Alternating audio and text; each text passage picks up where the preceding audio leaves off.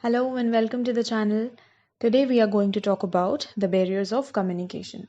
So this class is a continuation of the tourism communication topic that we have started with, and if you haven't watched the previous videos, I will share the link in the description. So would request you all to go through them first for a better understanding on the current topic.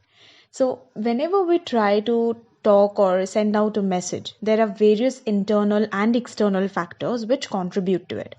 The barriers that we will be talking about today are physical barriers, psychological barriers, the semantic barriers, linguistic barriers, physical barriers, and some cultural and social barriers.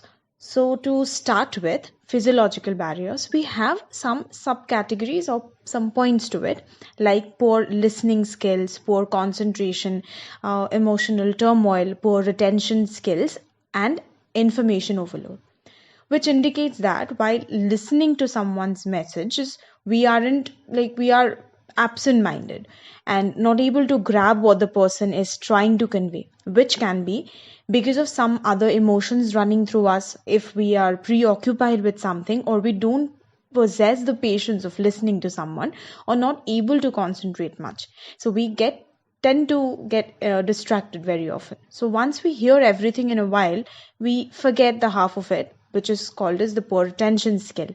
And information overload can be explained in a manner that if we have talked about everything, like if I would have taken the tourism communication class, the whole session in one go, it would be really difficult to grab all the information at once, right? So people tend to be overwhelmed in such situations, which can ultimately lead to poor communication or poor understanding. All these physiological barriers are related to the human body, their attention, memory, etc. Next, moving on to the psychological barriers. Those are preconceived ideas or notions, distrust, emotions, wrong perceptions. Now, these factors might contribute while decoding any message. For example, if I say anything about Indian tourist places, which most of you must have some ideas from your own studies or from your knowledge, that might conflict with my ideas, and that will restrict you from understanding my point of view. Or if I cannot earn the trust that whatever information I'm giving here is true, it will be very difficult for anyone to understand my message, and that will lead to questioning the ideas and mistrust. Next is semantic barriers.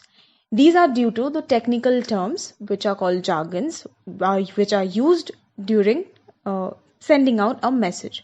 If I use codes like CP, MAP, which are the internal terms of the tourism industry and which a layman will not understand unless and until I try and explain it in simple terms and explain the technical terms properly.